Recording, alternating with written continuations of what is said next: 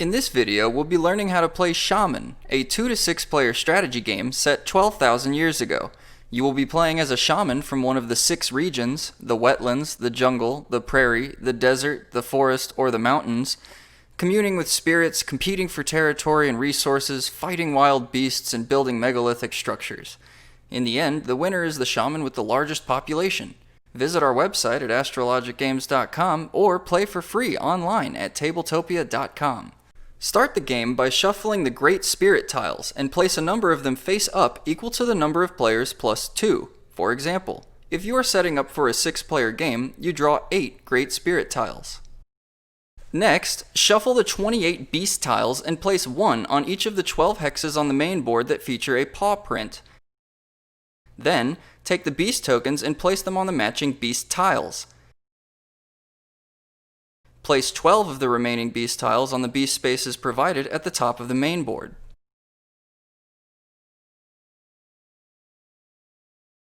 Decide if you're going to play with the standard round bonus tiles A or the advanced round bonus tiles B. For your first game, we recommend the standard tiles A. Shuffle these along with the endgame bonus tiles and the catastrophe tiles. Then, place them on the appropriate spaces located on the main board. Shuffle and place the action covers face down, leaving uncovered a number of move spaces equal to the number of players plus 1. For engage, leave uncovered a number equal to the number of players. For grow, it is equal to the number of players minus 1. And worship, like engage, is just equal to the number of players.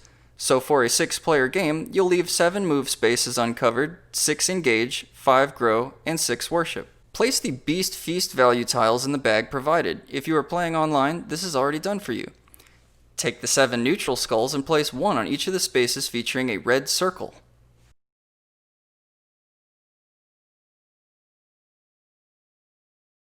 Now choose a color and take the matching player board and player pieces. Take a seat near your starting region on the main board. Let's say you have chosen blue, the wetlands. You start with 3 skulls in your active skulls box on your player board, 7 inactive skulls on the spaces provided, 5 rovers, 4 warriors, 3 villages, and 6 structures. You also have a shaman token and a fire token, which are used for sacrifice actions and affect turn order throughout the game. Determine the turn order however you wish, placing the shaman tokens for those players on the bottom of the turn order track, and placing the fire tokens on the top track in the same order. The Shaman token represents the turn order for the current round, and as the round progresses, the fire tokens may shift position as a result of certain actions, reflecting the future turn order for the next round. Players will now select one of their villages to be placed on the starting space in their region, keeping in mind that the village in the top row is not available until the other villages below it have been placed.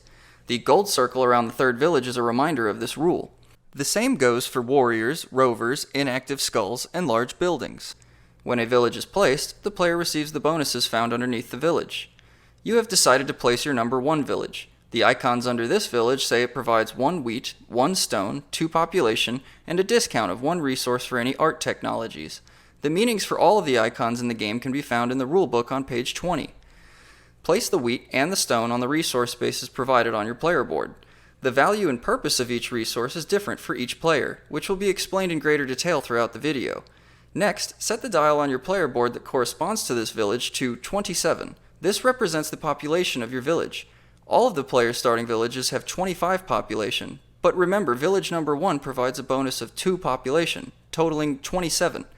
Finally, place the village on the starting space in your region. If you are setting up a game for fewer than 6 players, you have to place a warrior token onto the starting village space of each region that was not selected by any of the players. These tokens are referred to as analog warriors and will move at the end of each round. Beginning with the second round, a catastrophe will occur before players take their actions. Catastrophes affect everyone differently. For instance, a comet may be very good for one player and devastatingly bad for another. Look ahead on the round track to be better prepared for both situations. If you look ahead at the catastrophe that occurs in round 2, you'll notice that it's going to flood. This means that you will lose one of your active skulls for round 2, getting it back in the cleanup phase, whereas the desert player will receive a discount of 1 resource for unlocking any inactive skulls during a flood. You may have also noticed the bonuses shown for each round next to the catastrophes. If you perform an action and successfully complete the requirements for the round bonus, you will receive the bonuses shown. For example, If you successfully hunt a wild beast in the first round of this game, you will receive 1 action cover, 6 population, and 3 resources of your choice. When taking an action cover, you select one of the 4 actions on the main board, and remove an action cover to receive a hidden bonus underneath. After everyone is finished setting up their villages, move the round track marker to the Actions space, and now the starting player can begin taking the first action of the game. When you take an action, you place one of the skulls from your active supply on an available space on one of the 4 actions found on the main board, or on one of the 3 sacrifice actions found on your player board. Starting with the Move action, you can do one of 3 things: Spawn and Gather, Move and Gather, or Advance. When you spawn and gather, you begin by choosing either a warrior or a rover from your player board. Here you have chosen rover number 4. Similar to villages, placing warriors and rovers provides instant bonuses, which can include increases to your stats. Your stats determine attributes such as how large your groups of warriors or rovers can be, how effective they are at moving and gathering, and how powerful they are in combat. Rover number 4 provides +1 to a gather stat. You may add this stat to your warriors or your rovers. You choose your rovers. This means anytime you gather resources with any of your rovers, you receive 1 more resource of any type that the hex you are occupying can provide. Now, before placing the rover on the main board, you need to decide how much population you want to give it. To do this, you reduce the population of one of your villages, in this case your starting village, and add it to the dial for rover number 4. Here you decide to give it 10 population. Move the rover any number of hexes up to its movement stat away from the chosen village on the main board and collect the resources shown on the hex. The footprint with a red X shows spaces that cannot be moved through. You get +1 of either cherries or clay because of your gather stat. Take note that warriors collect 1 fewer resource than shown on the hex until the gather stat is increased. You are limited to the number of tokens you may have on the board by the number of active skulls in your supply. Move and Gather is similar to Spawn and Gather, but you move an existing warrior or rover on the main board from one hex to another, following the same movement and gather rules. You cannot gather from the hex you started on. You must move to a new hex in order to collect resources.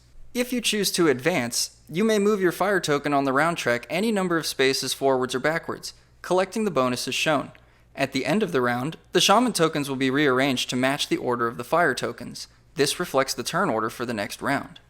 One of the other 4 actions on the main board is the Engage action. With the Engage action, you may similarly do one of 3 things: trade, combat another player, or hunt a wild beast. When trading, you spend 1 resource that is available on a hex that contains one of your warriors or rovers and gain the full amount of 1 type of resource shown on a hex adjacent to the one you are trading from. Let's use an example. The jungle player's rover is adjacent to a space that offers 4 mushrooms and is currently occupying a space that provides cherries, so the jungle player trades 1 cherry away for 4 mushrooms. You may instead use your Engage action to wage combat against another player or analog warrior. When combating, you must first check your range stats. The jungle player's warrior has just engaged your wetlands warrior. The jungle player's warrior has a range of 1, which is sufficient to engage. Examining both players' stats, we see that the jungle player's warrior has 15 population and 7 strength, whereas your warrior has 20 population and 6 strength. The winner is determined by multiplying each player's population by their strength. Whoever has the highest value wins. At the beginning of this fight, the jungle player has only 15 population times 7 strength, which equals 105, and you have 20 population times 6 strength, which is 120. However, both players may now take their resources into their hands and secretly select as many as their feast value stat will allow in order to increase their combat stats. The jungle player's feast value is 3 and decides to use 2 meat and 1 cherry, a huge boost adding 1 population and 7 strength. Your feast value stat is 3 as well, but your warriors have a range of 0 and are being attacked from 1 hex away. Therefore, you subtract 1 from your feast value stat. Assuming you don't know which resources the jungle player is going to play, you go ahead and throw 2 mushrooms into the fight, increasing your strength by 2 and your population by 2 as well. Both players place their resources behind the combat screens and then reveal them simultaneously. In the end, the jungle player totals 16 population times 14 strength, which comes out to a value of 224. And your warrior only managed a total of 22 population times 8 strength, which is 176. The jungle player wins. The loser receives the resources that the winner used in combat, so you get the 2 meat and 1 cherry that the jungle player used against you. The winner can choose one of 3 things: The winner may choose to steal 1/2 of the opponent token's population, 1/5 of the opponent's total resources, choosing which ones they steal, or, starting in the third round, the winner may choose to steal one of their opponent's inactive skulls and use it to make a totem. Totems require 2 foreign skulls to be stacked on top of one another, along with one of your skulls. The totems can be found on the left side of your player board and grant endgame bonus population. The jungle player decides to steal 10 of your warrior's 20 population. Painful. Anytime you gain population, you may add it to any one of your tokens on the map. If that token has the maximum population allowable, but you still have population to give, you may add the excess to another token. You may do this as many times as necessary. Combating the analog warriors is very similar, but the analog warriors' population and strength stats are located in the chart at the top of the main board. You will draw feast value tiles from the bag equal to the number shown for the current round on the chart. Use your player board to determine the effect of the feast value tiles drawn for the analog warrior. When you defeat an analog warrior, your choices are limited to either population or a skull. When hunting the wild beasts, the same rules of engagement apply. The beast's stats are defined by the chart located at the top right of the main board. As the game progresses, the beasts become more and more difficult to hunt successfully. You may still commit resources up to your feast value amount, but the beasts will draw feast value tiles as well, in an amount equal to the stat shown on the chart. In our example, the jungle player has decided to engage a short-faced bear with the same warrior from the previous combat example. Let's assume this is happening in one of the first 3 rounds. The short-faced bear has a population of 8 and a strength of 14. When multiplied, this gives a value of 112. The jungle player still has 15 population and 7 strength for a starting value of 105 when multiplied. The jungle player uses 2 meat and 1 fish, adding 1 population and 8 strength. The beasts will gain combat bonuses from their feast value tiles using the player board of the person who is engaging. The short-faced bear can use 2 feast value tiles and drew a cherry and a fish, adding 2 population and 3 strength. Adding up the combat bonuses from the feast value tiles, we see that the short-faced bear has a total of 10 population times 17 strength, for a value of 170. The jungle player has a total of 16 population times 15 strength, for a total value of 240. The jungle player is more than successful and can decide now if he wants to collect the meat or wait to take the worship action and harness the spirit of the beast to gain a powerful and unique ability that will only apply to that specific warrior. The jungle player decides to take the meat, which according to the chart is 6 for the short-faced bear in rounds 1 through 3. With the grow action, you can do one of 3 things. You may build a structure by paying the cost shown on your player board. Note that each of the large buildings are accompanied by a smaller building in the row below them. You must build the smaller of the 2 before you can build the larger one. In this example, the prairie player is going to build the shrine. Later on, the prairie player may build the temple now that the shrine has been built. However, buildings are permanent and never get replaced in Shaman, and you cannot build more than 1 building in the same hex. You may instead buy a technology by paying the cost shown on your player board. Don't forget to check the empty spaces on your player board for any discounts. The prairie player decides to purchase the level 1 preservation technology, discounting feed costs by 1 resource at the end of each round. Notice each technology has 3 levels, with each level costing more resources, but granting greater and greater benefits. Technologies are cumulative, and you must purchase the level 1 technology before buying the level 2 technology of the same type, and once you have the level 2, you can buy the level 3. Keep a close eye on your opponents. There are only 3 level 1 technologies, 2 level 2 technologies, and 1 level 3 technology in each tech tree. The third option you have with the grow action is to settle a new village. If one of your warrior or rover tokens has 12 or more population, you may choose to settle permanently into a new village. The cost of a new village is located on your player board. Placing a new village follows the same placement rules as the starting village, gaining any bonuses shown and setting the population on the corresponding village dial. Once the new village is in place, return the token being replaced to the appropriate space on your player board. With the worship action, you can do one of 3 things. You may unlock one of your inactive skulls and add it to your active skulls box by paying the cost shown on your player board. Or you may gain a neutral skull from the main board by paying the cost underneath the skull on the space you are occupying. You may instead worship a Great Spirit from one of the 4 meadow hexes featuring a Great Spirit icon, or from any player's shrine or temple, regardless of ownership. No costs are required at this time. However, spirits must be activated each round, beginning in the round followed by the one you acquired the spirit in, by paying the activation cost shown.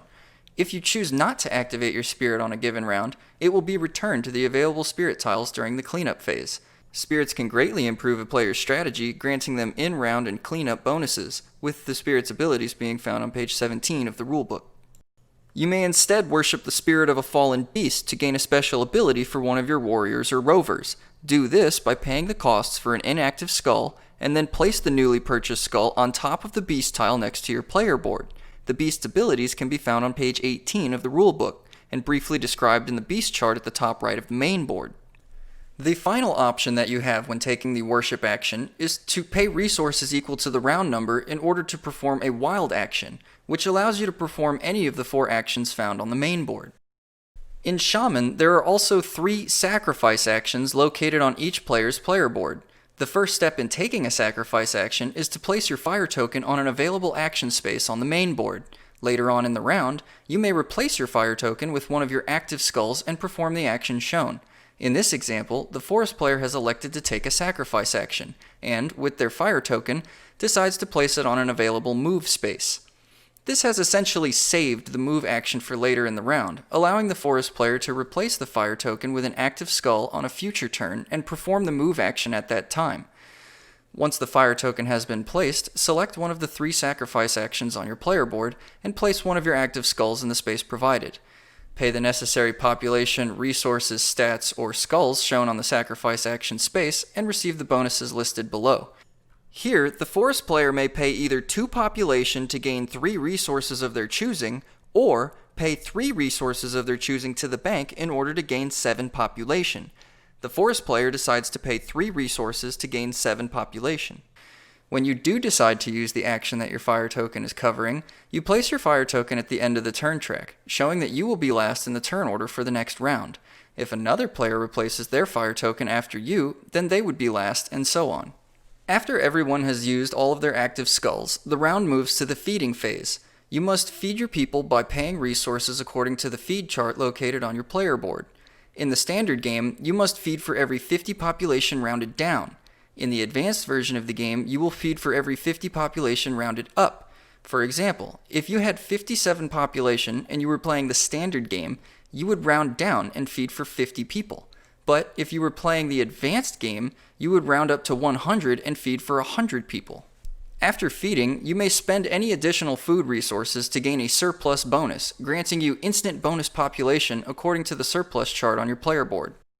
Once players are finished choosing surplus bonuses, move to the cleanup phase of the round.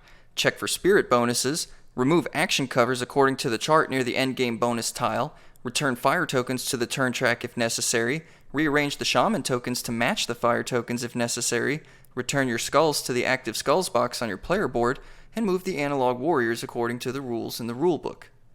After the cleanup phase of the final round, players may construct one final totem before moving to the endgame scoring. Look at the endgame scoring tile and add up any additional population that you receive for this bonus.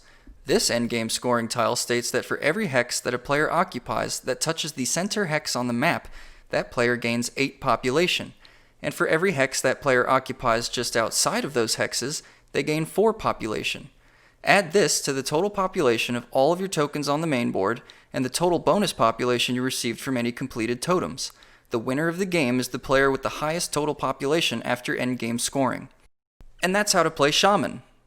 That's all the time we have for today. You can go to BoardGameGeek.com if you want to rate or review any of Astrologic Games' titles, leave a comment on our website at astrologicgames.com with any questions or concerns, and please check out our games for free on Tabletopia.com. Have fun and happy gaming!